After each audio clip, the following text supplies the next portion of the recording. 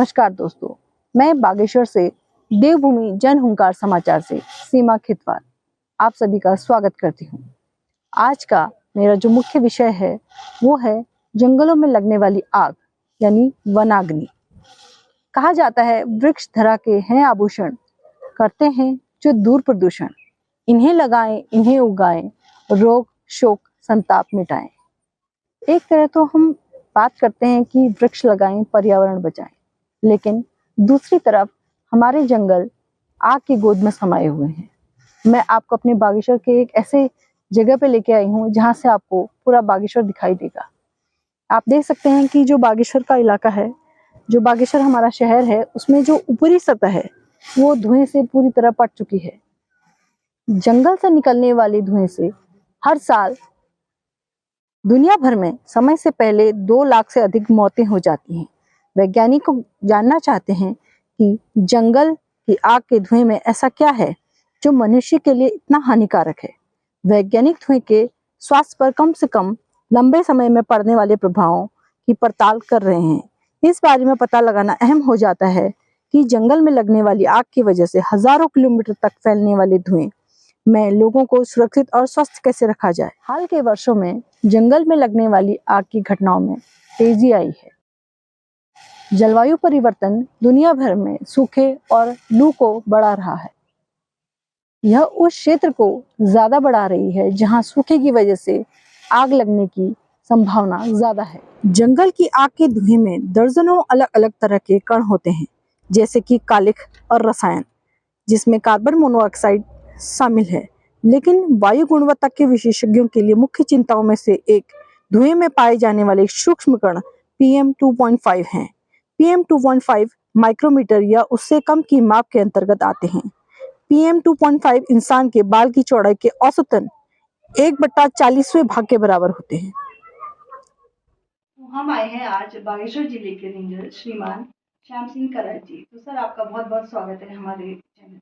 हाँ, धन्यवाद मैडम। तो सर, आजकल जैसा कि देखा गया है कि आजकल मुख्य मुद्दा है वनों में आग लगने का। तो इसमें मैं आपसे पूछना चाहूंगी कि सर, बागेश्वर क्षेत्र का कितना एरिया बागेश्वर वन क्षेत्र के अंतर्गत आता है?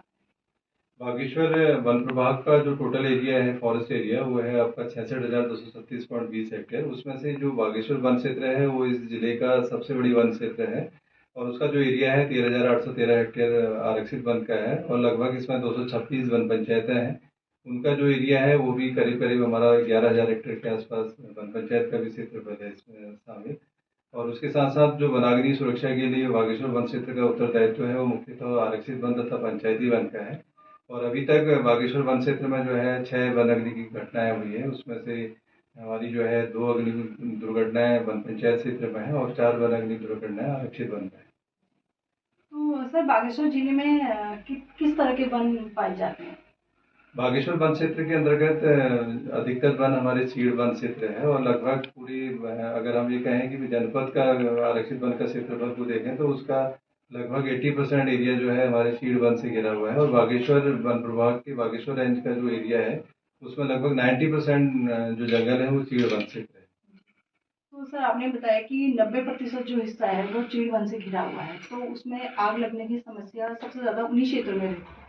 जी हाँ, चीड़ वन क्षेत्रों में सबसे अधिक वनाग्नि की दुर्घटनाओं की संभावना रहती है क्योंकि ये जो सीजन है इस समय जो चीड़ वनों का जो पिरूल होता है वो गिरता है और पिरूल जो है एक ज्वलनशील पदार्थ है। इसमें अगर कहीं पर भी लापरवाही से या जानबूझ के किसी ने भी आग लगाने की कोशिश की तो वो अधिक से अधिक क्षेत्र में फैलने का डर रहता है। तो सर, अगर कहीं किसी क्षेत्र में आग लगती है तो जनता जो है हमारी आजकल जागरूक है, तो उन्हें वन विभाग का इंतजार न करते हुए या फायर विभाग का इंतजार न करते हुए क्या प्राथमिक उपाय उन्होंने आग बुझाने के लिए करना चाहिए? जनता से हमारी यही अपील रहती है कि हम लोगों ने जो है अपने बागेश्वर वन क्षेत्र को 7 पुलिस स्टेशनों में बांटा गया है और 7 पुलिस स्टेशनों में हमारे यहाँ हर पुलिस स्टेशन में 4-4 फायर वॉचर भी रखे गए हैं और उसके साथ साथ हमारा रेगुलर स्टाफ भी है। हमारा निवेदन ये रहता है कि आप निकटतम वन चौकी को या निकटतम जो पुलिस स्टेशन है उसको सूचना दें और यदि अगर वो आग कम मात्रा में है तो स्वयं से भी प्रयास करके अगर बुझ सकती है तो उसमें भी योगदान दें। और उसके साथ साथ विशेष रूप से बागेश्वर वन क्षेत्र का सभी ग्रामवासियों से ये निवेदन रहता है कि वो अपनी नाव भूमि में जब भी अपने कृषि अवशेषों को जलाएं तो अपनी देखरेख में जलाएं और उन कृषि अवशेषों को जो है वो प्रातःकाल में जलाएं, दोपहर बाद न जलाएं, क्योंकि दोपहर बाद अत्यधिक तेज हवाएं चलती है और उसके साथ साथ टेम्परेचर भी अधिक रहता है, जिससे कि वो वनाग्नि का रूप धारण कर सकती है। तो सर जब कहीं किसी एरिया में गांव के जंगल में या कहीं गांव के खेतों में आग लगती है, तो ऐसा है कि कुछ जो फॉरेस्ट का एरिया है जो वो रिजर्व फॉरेस्ट में आता है, कुछ ऐसा एरिया है जो सिविल फॉरेस्ट में आता है, कुछ एरिया वन पंचायत में आता है और कुछ क्षेत्र जो है वो राजस्व वन क्षेत्र में आता है। तो जब कहीं फ़ोन किया जाता है तो विभाग वाले एक दूसरे पे बात टाल देते हैं कि नहीं ये हमारा एरिया नहीं है, ये राजस्व का है, या वन वाले बोलते हैं ये सिविल फॉरेस्ट का एरिया है। तो इससे कैसे बचा जा सकता है? ये ऐसी जो थोड़ा सा मिसअंडरस्टैंडिंग है उसको दूर करने के लिए वन विभाग हमेशा से ये लोगों से कहते आया है कि आग चाहे कहीं भी हो, उस आग को आप ये नहीं कह सकते कि वो नाभ भूमि में आग लगी है और वो आरक्षित वन में नहीं आएगी या पंचायती वन में नहीं जाएगी। तो अगर प्रथम दृष्टया उसकी खबर मिल जाए तो उसको समय रहते हुए जो है आरक्षित वन या पंचायती वन में जाने से रोका जा सकता है। तो हमारा ग्रामीणों से ये अनुरोध रहता है कि आप सही सूचना दें और सही सूचना के साथ साथ अगर संभव है तो अपनी ओर से भी कोशिश करें। और इसी परिप्रेक्ष्य में हमारे उच्चाधिकारियों के द्वारा भी तथा बागेश्वर जिले की आदरणीय जिलाधिकारी महोदया के द्वारा भी निर्देश दिए गए कि नाभ भूमि में भी कोई जानबूझ के आग नहीं लगा सकता है। अगर नाभ भूमि से भी आग अगर आरक्षित वन या पंचायती वन में जाएगी तो उसके विरुद्ध भी भारतीय वन अधिनियम तथा भारतीय दंड संहिता की सुसंगत धाराओं के अनुसार कार्रवाई की जाएगी। तो सर जो जंगलों में आग लगती है वहाँ छोटे-छोटे जो जीव होते हैं, जीव-जंतु होते हैं, छोटे देखने वाले कीड़े होते हैं और जो वहाँ की जो वनस्पति होती है उसको बहुत बड़ा नुकसान होता है। तो सर मैं ये समझती हूँ कि ये बहुत बड़ा आपराधिक कृत्य है। तो उसके लिए पनिशमेंट का क्या प्रावधान है या कुछ आप ऐसा बताना चाहेंगे कि क्या पनिशमेंट होगा? ये पनिशमेंट तो इसमें जो है मैडम ये है कि भारतीय वन अधिनियम 1927 की धारा 26 के तहत पनिशमेंट की व्यवस्था है और इसमें जो अपराधी पकड़ा जाता है तो उसे 2 वर्ष तक का कारावास तथा जुर्माना दोनों से ही दंडित किया जा सकता है। उसी परिप्रेक्ष्य में बागेश्वर वन क्षेत्र के द्वारा अभी तक जो है 3 लोगों को इसमें गिरफ्तार किया गया है, जिसमें से एक बालिग था, उसे माननीय न्यायालय के आदेश पर अल्मोड़ा जेल भेजा गया है और 2 नाबालिग थे, उन्हें बाल सुधार गृह भेजा गया है।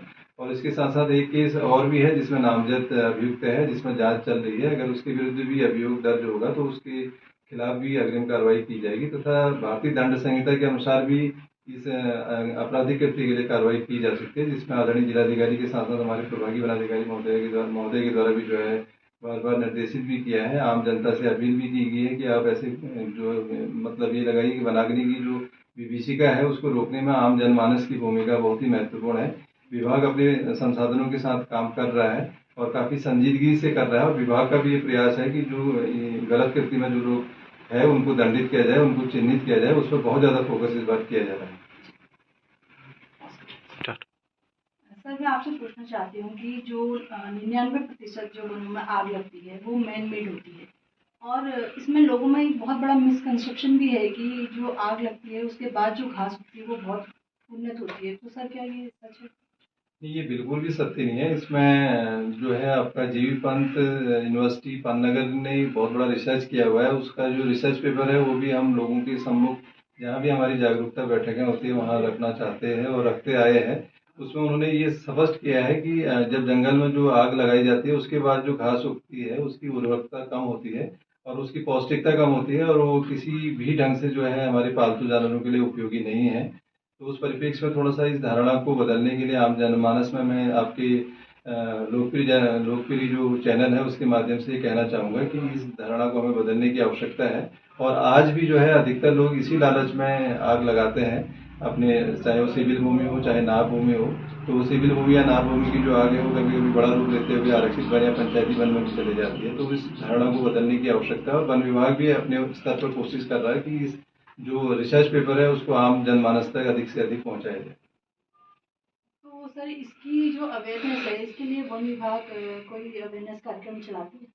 अवेयरनेस कार्यक्रम हम लोग जो है अपने 15 फरवरी से पूर्व हम करते आए हैं और इस बीच भी जहाँ जहाँ विद्यालयों में समय मिलता है, विद्यालयों के द्वारा जो समय दिया जाता है उसमें जो बच्चे होते हैं उनके बच्चे, क्योंकि हम सब जानते हैं कि किसी भी संदेश को घर घर तक या समाज तक पहुँचाने के लिए सबसे अच्छा माध्यम है। और आपके चैनलों के माध्यम से भी, चाहे वो इलेक्ट्रॉनिक मीडिया के हों चाहे प्रिंट मीडिया के हैं, उनसे भी जो है हम अपने ओर से जो है एक अनुरोध हमेशा करते आए हैं कि इस धारणा को बदलने के लिए तथा वनाग्नि सुरक्षा में आम जनमानस के सहयोग को सुनिश्चित करने के लिए अपने अपने स्तर से प्रयास विभाग भी करते आया है। और सभी महत्वपूर्ण चैनलों से, आपके जैसे चैनलों से हम निवेदन भी करेंगे कि इस संदेश को अधिक से अधिक तक जनता तक पहुंचाने का कष्ट करें। तो सर इस बार बागेश्वर में कितनी जगहों से आग लगने की खबर है?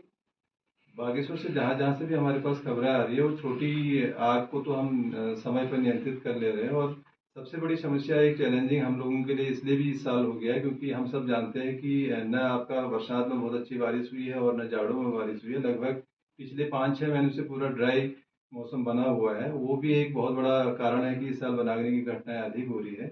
और अभी तक जहाँ जहाँ से भी हमें सूचनाएं मिल रही है, तो उन सूचनाओं के आधार पर विभाग कार्रवाई कर रहा है। और विभाग सभी लोगों को आपके चैनल के माध्यम से ये भी सचेत करना चाहता है कि जो भी इस कृत्य में पकड़ा जाएगा तो उसे भारतीय दंड संहिता के साथ साथ भारतीय वन अधिनियम के तहत भी दंडित किया जाएगा। धन्यवाद सर आपकी इस महत्वपूर्ण जानकारी के लिए। धन्यवाद।